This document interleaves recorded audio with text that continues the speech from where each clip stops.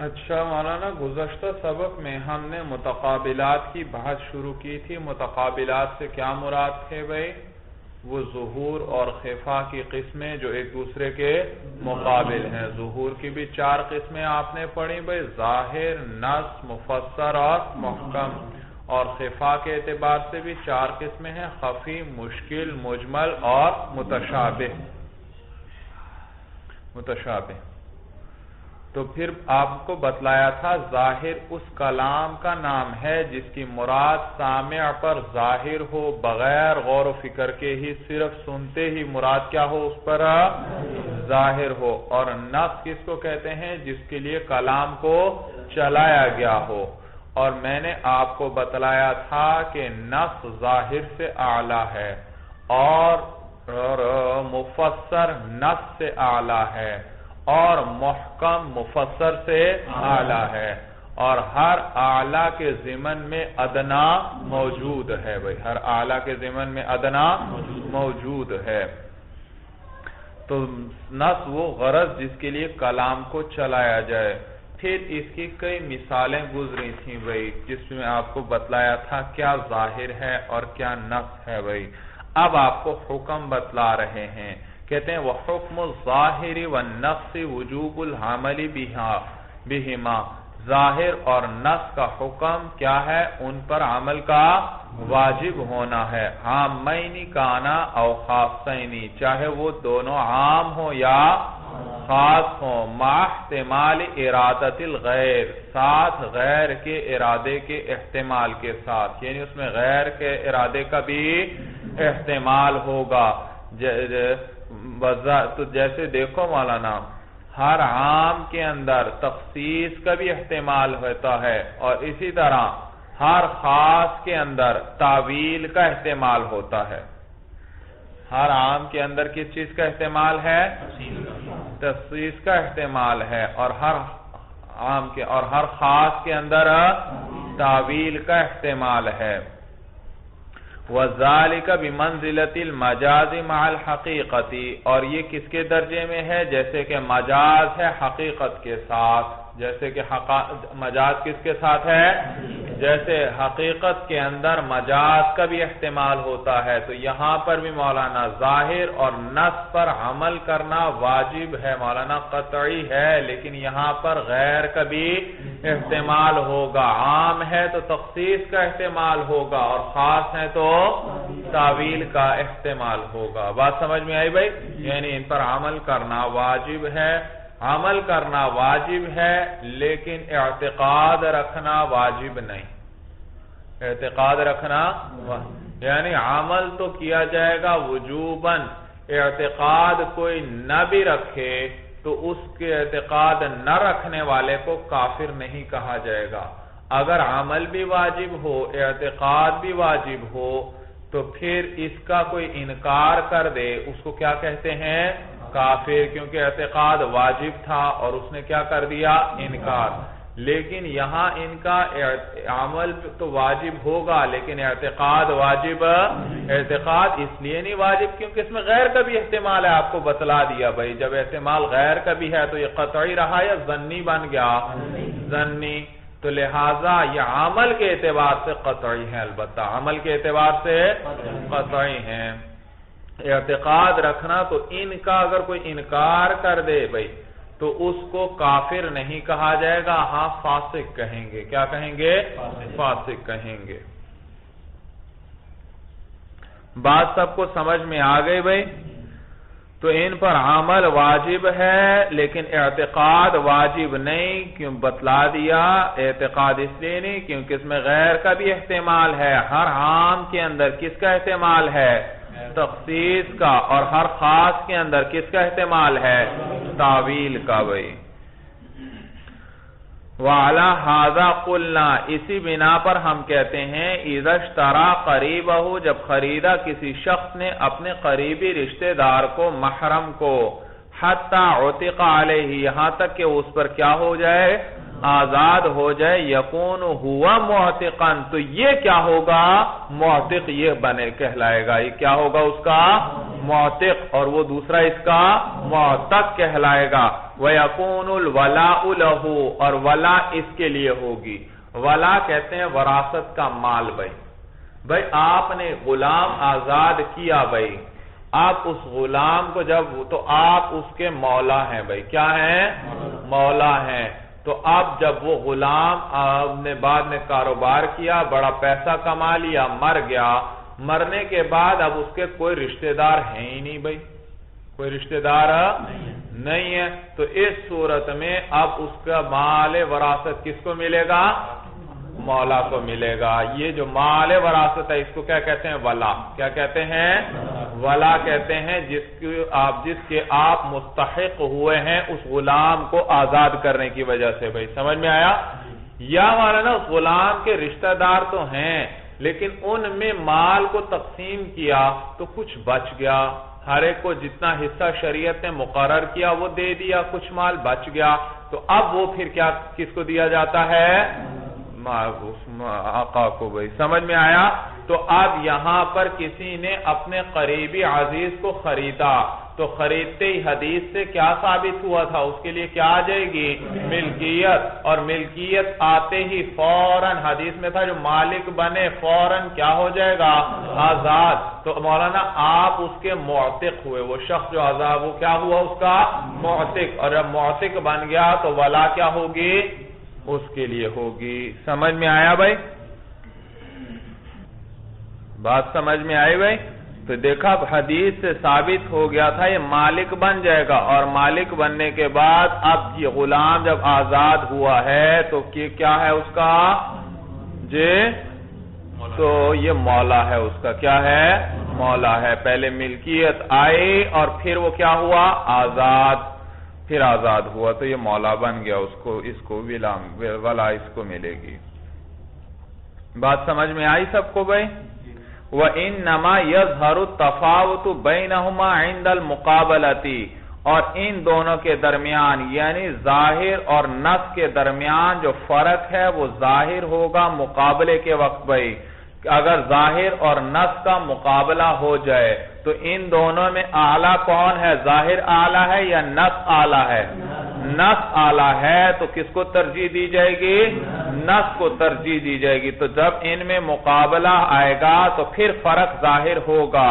وَلِهَذَا لَوْ قَالَ لَهَا اسی لیے اگر کسی شخص نے کہا اپنی بیوی سے طلقی نفسکی, تو اپنے آپ کو طلاق دے دے, تو اپنی بیوی کو اختیار دے دیا طلاق کا. اس نے کیا کیا؟ اختیار. طلقی نفس, طلاق نہیں دے رہا بلکہ طلاق کا اختیار. طلقی تو طلاق دے دے نفسکی اپنے آپ کو, اپنے نفس کو. فقالت بیوی نے کہا ابنت نفسی, میں نے اپنے نفس کو کیا کیا؟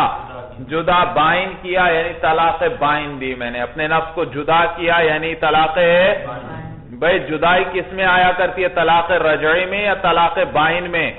تو جدا کرنا کس کے اندر آئے گا؟ طلاق بائن کے اندر. تو اس نے کہا میں نے اپنے آپ کو جدا کیا یعنی اس نے اپنے آپ پر طلاق بائن واقع کی. تو کہتے ہیں یقع الطلاق رجعیا, طلاق واقع ہوگی اس حال میں کہ رجعی ہوگی. کیا ہوگی؟ رجعی ہوگی. کیوں؟ کہتے ہیں لِأَنَّ هَذَا نَصٌ فِي الطَّلَاقِ اس لیے کہ یہ نص ہے طلاق میں اور ظاہر ہے فی البینونت, بینونت میں ظاہر ہے. بھئی دیکھو خاوند نے بیوی سے کہا طلقی نفسکی, تو اپنے آپ کو کیا کر طلاق دے دے, اختیار دے دیا. بیوی نے کہا ابنت نفسی, میں نے اپنے نفس کو کیا کیا؟ جدا کیا. بائن تو جدا کیا یعنی طلاق بائن دی. اب دیکھو یہاں مقابلہ آ گیا ظاہر اور کس چیز کا؟ نص کا. ظاہر اور نص کا. عورت کے کلام سے ظاہر کیا ہو رہا ہے؟ ابنت نفسی سے کون سی طلاق ہو؟ طلاق بائن ہو. لیکن نص کیا ہے؟ کس غرض کے لیے یہ کلام لایا گیا؟ طلاق رجعی کے لیے. کس کے لیے لایا گیا؟ بھائی طلاق رجعی کے لیے کیسے لایا گیا؟ بھائی دیکھو یہ کلام جو اور کہا بنت نفسی کس کے جواب میں آیا؟ خاوند کے لفظ طلقی نفسکی کے جواب میں آیا، اور طلقی نفسکی کا لفظ جو کہا خاوند نے وہ صریح ہے، اور صریح سے کون سی طلاق واقع ہوتی ہے؟ رجعی. تو خاوند نے کون سی طلاق کا اختیار دیا؟ رجعی کا. اور یہ اس کے جواب میں کلام آیا، تو اس کلام کے لانے کی غرض کیا تھی؟ طلاق رجعی کو واقع کرنا. غرض کیا ہوئی؟ جس چیز کا اختیار دیا ہے اسی کو واقع کرنا ہے نا، وہی غرض ہے. اور خاوند نے تو کس چیز کا اختیار دیا تھا؟ طلاق رجعی، کیونکہ طلاق کا لفظ بولا تھا، اور طلاق کا لفظ صریح ہے، اور صریح سے کون سی واقع ہوا کرتی ہے؟ رجعی. تو اس نے کون سا اختیار دیا؟ طلاق. اب وہ اسی کے طلاق رجعی کو واقع کرنے کے لیے، اسی غرض کے لیے لفظ بول رہی ہے بنت نفسی. تو غرض کیا ہوئی اس کی؟ طلاق رجعی. اور ظاہر اس کا کیا ہوا؟ طلاق بائن. تو ظاہر سے آ رہے، ظاہر سے کیا ہو رہی ہے؟ طلاق بائن. اور نفس سے کیا ثابت ہو رہی ہے؟ طلاق. تو مقابلہ آ گیا دونوں کے اندر، اور ترجیح کس کو دی جائے گی؟ نفس کو. لہذا کون سی طلاق واقع ہوگی؟ طلاق رجعی. مسئلہ سمجھ میں آیا بھائی سب کو؟ وَلِهَذَا لَوْ قَالَ لَهَا، اگر خاوند نے اپنی بیوی سے کہا طلقی نفسک، تو اپنے آپ کو طلاق دے دے، فقالت بنت نفسی، میں نے اپنے آپ کو جدا کر دیا، یقع الطلاق رجعیاً، تو طلاق رجعی واقع ہوگی. لِأَنَّ هَذَا نَصٌ فِي الطَّلَاقِ، اس لیے کہ یہ نص ہے طلاق میں، یعنی طلاق رجعی میں. ظاہر فی البینونتی، ظاہر ہے کس کے اندر؟ جدا ہونے میں ظاہر ہے، اور طلاق میں نص ہے. فیترجح العمل بالنص، تو ترجیح پا جائے گا عمل بالنص، نص پر عمل کرنا ترجیح پائے گا، تو طلاق رجعی ہوگی. وَكَذَلِكَ قَوْلُهُ عَلَيْهِ السَّلَامُ لِأَهْلِ عُرَيْنَةَ اشْرَبُوا مِنْ أَبْوَالِهَا وَأَلْبَانِهَا نَصٌّ فِي بَيَانِ سَبَبِ الشِّفَاءِ. جی اہل عرینہ مولانا، یہ ایک مدینے کے قریب ایک جگہ تھی. یہاں کے کچھ لوگ آئے، مسلمان ہوئے، مدینے میں رہنے لگے بھائی. تو مدینے کی آب و ہوا ان کو موافق نہ آئی، ان کے رنگ زرد ہو گئے، پیٹ پھول گئے، بیمار ہو گئے مولانا. تو حضور صلی اللہ علیہ وسلم کے پاس آئے اور اپنا مسئلہ پریشانی ذکر کی. حضور علیہ السلام نے فرمایا کہ جنگل، یہ 7 جنگل میں مسلمانوں کے صدقے وغیرہ کے اونٹ ہیں، وہ چر رہے ہیں، تم بھی وہاں جا کر رہو بھائی، وہاں جا کر رہو. اور وحی کے ذریعے حضور کو بتلایا گیا کہ ان کا علاج کیا ہے، کہ یہ کیا پئیں؟ اونٹوں کا دودھ بھی پئیں اور پیشاب بھی پئیں. اس سے کیا ہوگی؟ ان کی بیماری ختم ہو جائے گی. تو حضور نے ان سے کیا فرمایا کہ جاؤ جنگل میں جا کر، وہاں صدقے کے اونٹ ہیں ہمارے، ان کے پاس رہو، اور وہاں مدینے سے باہر جنگل میں، اور وہاں ان اونٹوں کا دودھ بھی پیو اور پیشاب بھی پیو، تو تمہیں کیا حاصل ہو جائے گی؟ شفا مل جائے گی. سمجھ میں آیا؟ تو یہ وہاں جا کر رہنے لگے، چنانچہ بڑی جلدی ٹھیک ہو گئے بھائی، صحت مند ہو گئے مولانا، ٹھیک ٹھاک ہوئے. لیکن خبیث بدبخت لوگ تھے مولانا انہوں نے، اور دیکھیے چنانچہ کیا کیا، جب ٹھیک ہو گئے تو وہاں جو چرواہے وغیرہ تھے ان کو سب انہوں نے قتل کر دیا بھائی، ان کو قتل کر دیا اور اونٹوں کو بھگا کر لے گئے بھائی. حضور صلی اللہ علیہ وسلم کو اطلاع ملی، حضور نے صحابہ کو بھیجا، جاؤ بھائی پکڑ کر لاؤ. صحابہ گئے مولانا اور پکڑ کر لے آئے ان کو بھائی. چنانچہ حضور علیہ السلام نے حکم دیا کہ سلائیاں لوہے کی گرم کر کے ان کی آنکھوں میں پھیر دی جائیں، ان کے ناک، کان، ہاتھ، پاؤں کاٹ دیے جائیں، اور ان کو گرم تپتی ہوئی ریت پر پھینک دیا. چنانچہ اس طرح کیا گیا، ان کے ہاتھ، ناک، پاؤں وغیرہ، کان وغیرہ کاٹ دیے گئے، آنکھوں میں گرم سلائیاں پھیر دی گئیں، اور وہیں گرم ریت پر مولانا تڑپتے تڑپتے یہ مر گئے بھائی. مسئلہ کیا، سمجھ میں آیا؟ مسئلہ کیا. مسئلہ بعد میں منسوخ ہو گیا بھائی، بعد میں مسئلہ سے منع کر دیا گیا بھائی.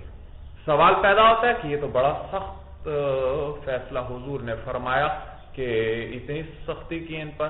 جواب یہ مولانا کہ انہوں نے بھی چرواہے کو اسی طرح قتل کیا تھا، ظلم، بڑے سخت اور ظلم کر کے اسی طرح قتل کیا تھا. معلوم ہوا بڑے بدبخت اور ظالم لوگ تھے, قتل بھی کیا, کتنی درندگی کے ساتھ اس کو قتل کیا. چنانچہ حضور نے بھی ان کو اسی طرح قتل کرنے کا حکم فرمایا اور ان کو وہاں ڈال دیا گیا. تو چنانچہ یہ لوگ مدینے میں آئے تو بیمار ہو گئے مولانا. تو کہتے ہیں بھائی یہ مدینے کی جو ہے مدینہ بھٹی کی طرح ہے بھائی, بھٹی کی طرح. جیسے بھٹی کیا ہوتی ہے, گندگی کو, سونے کو سے کھوٹ وغیرہ کو نکال دیتی ہے, پھینک دے, ختم کر دیتی ہے.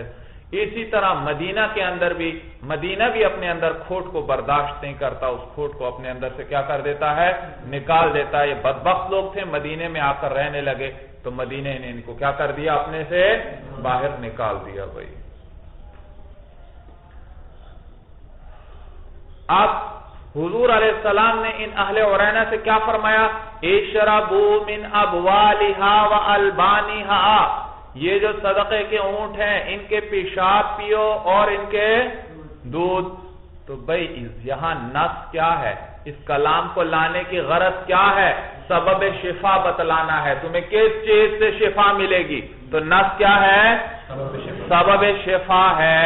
اور ظاہر کیا ہے یہاں پر, کہ معقول اللحم جانور کا پیشاب حلال ہے بھائی. کیا ہے, پینا حلال ہے بھائی. یہ ظاہر ہے یعنی ان کو حکم دیا جا رہا ہے, معلوم ہوا پینا جائز ہے. تو اس میں یاد رکھو 3 مذاہب ہیں مولانا, 3 مذاہب. امام محمد رحمہ اللہ کے نزدیک معقول اللحم وہ جانور جن کا گوشت کھایا جاتا ہے, جو حلال ہیں, ان کا پیشاب پینا جائز ہے. پیشاب پینا جائز ہے, نجس نہیں ہے, حرام نہیں ہے. سمجھ میں آیا بھائی, نجس نہیں ہے. جلدی لکھو بھائی جلدی.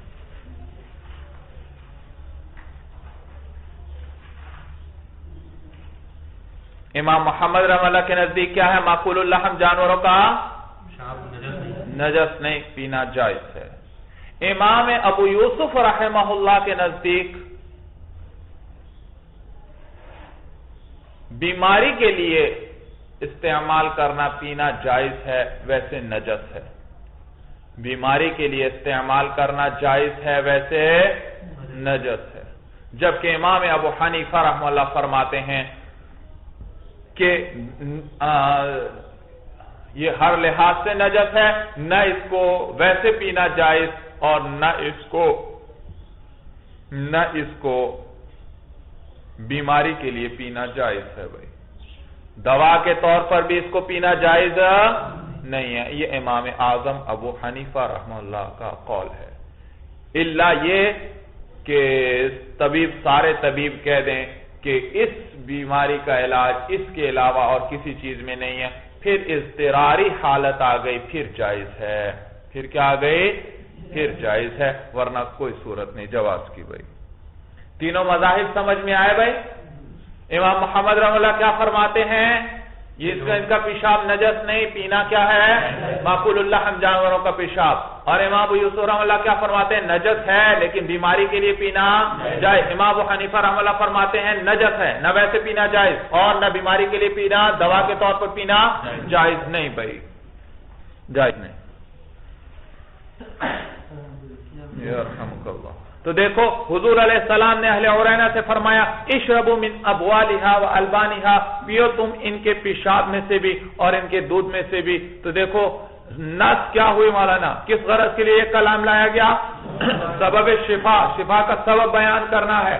اور ظاہر کیا ہے اس کلام سے, بغیر غور و فکر کے کیا پتہ چل رہا ہے کہ پیشاب کیا ہے, جائز, اس کے پیشاب کے پینا جائز ہے, پیشاب کا پینا جائز ہے. اور حضور علیہ السلام کی ایک اور حدیث ہے, استنزہوا من البول, بچو تم پیشاب سے, فإن عامۃ عذاب القبر منہ, اس لیے کہ عام عذاب قبر اسی سے ہوتا ہے. اکثر عذاب قبر کس سے ہوتا ہے, اسی کی وجہ سے ہوتا ہے. یہ جو پیشاب کے چھینٹوں سے آدمی نہیں بچتا, اس کے بدن پر پڑتے ہیں, کپڑوں پر پڑتے ہیں, تو اسی کی وجہ سے اس کو کیا دیا جاتا ہے, قبر میں عذاب دیا جاتا ہے. یہ دوسری حدیث ہے مولانا. اس حدیث کے غرض کیا ہے, غرض کیا ہے, پیشاب سے بچنا, کس لیے کلام ذکر فرمایا حضور علیہ السلام نے؟ پیشاب سے بچنے کے لیے کہ پیشاب سے بچو. سمجھ میں آیا بھائی؟ تو وہاں ظاہر یہ تو اس حدیث سے ثابت کیا ہو رہا تھا؟ ظاہر کیا تھا کہ ماکول اللحم جانوروں کا پیشاب پینا جائز، اور اس حدیث کے نص ہے کیا کہ پیشاب سے بچو. یہ عام ہے، پیشاب ذکر ہوا چاہے وہ ماکول اللحم کا ہو چاہے غیر ماکول، ہر ایک کو شامل ہے. حضور فرما رہے ہیں پیشاب سے بچو. تو یہ کیا ہے؟ البول شامل ہے کس کو؟ ماکول اللحم جانوروں کے پیشاب کو بھی، اور غیر ماکول اللحم جانوروں کے پیشاب کو بھی شامل ہے. تو یہ نص ہوئی پیشاب سے بچنے کے بارے میں، اور وہ ظاہر ہے پیشاب کے پینے کے بعد میں. تو ظاہر اور نص میں مقابلہ آ گیا مولانا. ایک کے ظاہر سے پیشاب کی حلت معلوم ہو رہی ہے، اور دوسرے کے نص سے کیا ہے؟ پیشاب کی حرمت اور نجاست ظاہر ہو رہی ہے. تو کس کو ترجیح دی جائے گی؟ نص کو ترجیح دی جائے گی. لہذا اس کا پینا پیشاب ماکول اللحم جانوروں کا پیشاب پینا کسی صورت میں بھی جائز نہیں ہوگا، جیسا کہ امام اعظم ابو حنیفہ رحمہ اللہ فرماتے ہیں. مسئلہ سمجھ میں آیا؟ وَكَذَلِكَ قَوْلُهُ عَلَيْهِ السَّلَامُ، اسی طرح نبی کریم صلی اللہ علیہ وسلم کا یہ قول لِأَهْلِ عُرَيْنَةَ اہل عُرَيْنَہ سے، اشربوا من ابوالها والبانها، پیو تم ان کے پیشابوں میں سے اور دودھ میں سے. نص، یہ نص ہے فی بیانی سبب الشفاء، کس چیز میں؟ سبب شفا کے بیان میں. وظاہر فی اجازت شرب البول، اور یہ ظاہر ہے مولانا کہ پیشاب کا پینا کے جائز ہونے میں، کی اجازت ہونے میں یہ کیا ہے؟ ظاہر ہے. وقولہ علیہ السلام، اور حضور علیہ السلام کے یہ قول جو ہے استنزہوا من البول، بچو تم پیشاب سے. فإن عامة عذاب القبر منہ، اس لیے کہ اکثر عذاب قبر اسی کی وجہ سبب سے ہوتا ہے. نص فی وجوب الاحتراز عن البول، یہ نص ہے مولانا کس چیز کے بارے میں؟ کہ پیشاب سے بچنا واجب، پیشاب سے بچنے کے واجب ہونے کے بارے میں یہ نص ہے. فَيَتَرَجَّحُ النَّصُ عَلَى الظَّاهِرِ، ترجیح پا جائے گی نص ظاہر پر. فَلَا يَحِلُّ شُرْبُ الْبَوْلِ أَصْلًا، لہذا حلال نہیں ہوگا پیشاب کا پینا اصلاً اے قطعاً، کسی صورت میں بھی. وقولہ علیہ السلام، اسی طرح حضور علیہ السلام کا قول ہے ما سقطہ السماء ففیہ العشر، جس کو آسمان کیا کرے؟ سیراب کرے، اس کے اندر عشر ہے. حضور علیہ السلام فرماتے ہیں ما، وہ جس کو، وہ زمین سقطہ السماء، جس کو سما بول کر بارش مراد ہے، جس کو بارش سیراب کرے ففیہ العشر، اس کے اندر کیا ہے؟ تو بارش کو سما کہا کیونکہ بارش بھی آسمان کی طرف سے نازل ہوتی ہے اوپر سے. تو جس کو بارش سیراب کرے، بارش کا پانی، ففیہ العشر، اس کے اندر کیا ہے؟ عشر ہے. تو ما عام ہے بھائی، جس کو بھی سیراب کیا کرے، جس کو بھی کون سیراب کرے تو اس فصل میں عشر دینا پڑے گا. سمجھ میں آیا بھائی؟ بارش کا. ہاں، اور اگر آپ کا بھی خرچہ ہوا ہے، کنویں وغیرہ سے محنت مشقت کر کے پانی لگاتے ہیں، ٹیوب ویل سے لگاتے ہیں، تو پھر عشر نہیں دینا پڑتا بلکہ نصف عشر دینا پڑتا ہے. آپ پڑھ چکے ہوں گے بھائی، کتنا حصہ؟ 20واں حصہ دینا پڑتا ہے، ورنہ 10واں حصہ. اب مولانا یہ حدیث نص ہے کس چیز کے لیے؟ کیا مقصد ہے اس کا؟ عشر کو بیان کرنا. کس چیز کو؟ عشر کو بیان کرنے میں. تو یہ حضور کا یہ قول نص فی بیان العشر، عشر کے بیان میں نص ہے. وقولہ علیہ السلام، حضور علیہ السلام کا یہ قول لیس فی الخضروات صدقۃ مؤول، کہ سبزیوں کے اندر صدقہ نہیں ہے، یہ مؤول ہے. صدقۃ ہونا چاہیے بھائی، کیا ہونا چاہیے؟ صدقۃ، کیونکہ لیسا کے بعد فی الخضروات آ رہا ہے، جار مجرور، اور جار مجرور کبھی بھی مبتدا یا اسم نہیں بنتے بلکہ یہ خبر بنا کرتے ہیں. تو فی الخضروات خبر مقدم، اور صدقۃ اسم مؤخر، اور لیسا کا اسم کیا ہوتا ہے؟ مرفوع ہوتا ہے، اور خبر کیا ہوتی ہے؟ منصوب. معلوم ہوا یہ کتابت کی غلطی ہے جس پر نصب لگے ہوئے. تو خضروات کے اندر صدقہ نہیں ہے بھائی. خضروات سبزیاں، ترکاری بھائی، ترکاری سبزی. بھائی یاد رکھو امام ابو حنیفہ رحمہ اللہ کے نزدیک جو کچھ بھی زمین سے پیدا ہو، جو فصل بھی ہو، اس کے اندر آپ کو عشر دینا پڑے گا. اگر وہ کیا ہے، بارانی پانی سے سیراب ہوتی ہے، اور اگر کنویں وغیرہ سے ہے یا ٹیوب ویل سے ہے تو کتنا دینا پڑے گا؟ نصف عشر دینا پڑے گا. پیداوار تھوڑی ہو یا زیادہ، جس قسم کی بھی پیداوار ہو، کیا کرنا پڑے گا؟ عشر یا نصف عشر آپ کو ہر حال میں دینا پڑے گا. جبکہ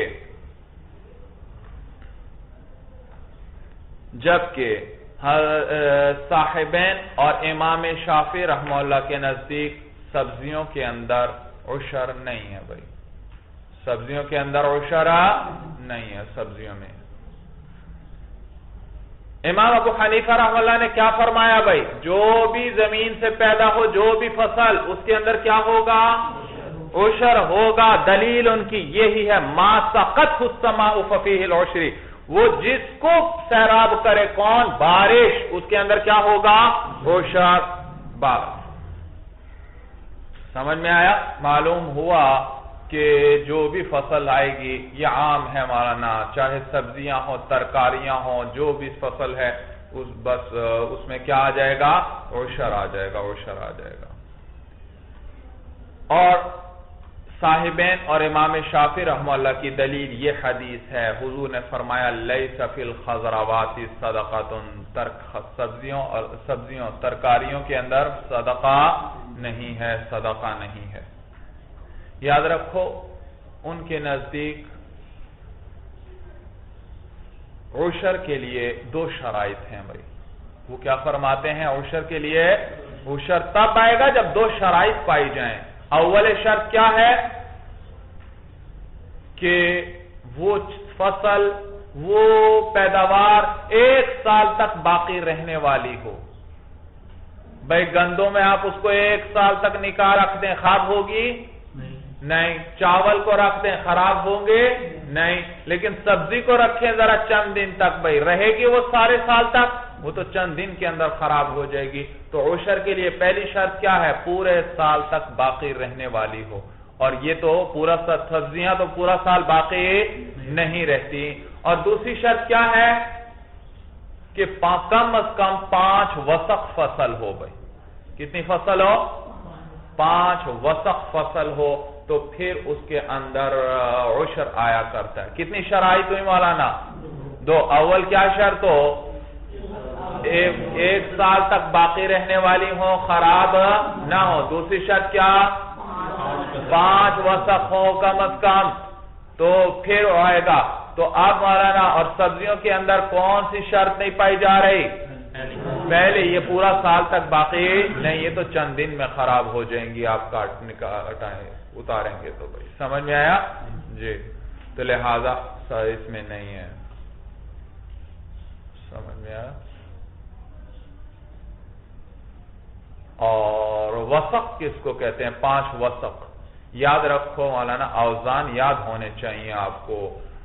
8 چاول کے دانے ہوں تو یہ بنتا ہے 1 رتی، اور 8 رتی ہو تو یہ بن جاتا ہے 1 ماشا. 12 ماشے ہوں تو یہ بن جاتا ہے 1 تولہ، اور 80 تولے ہوں تو یہ بن جاتا ہے 1 سیر. 80 تولے ہوں تو کتنے؟ 1 سیر بنتا ہے. اور 1 ساع ہوتا ہے مولانا 270 تولے کا. 1 ساع کتنے کا ہوتا ہے؟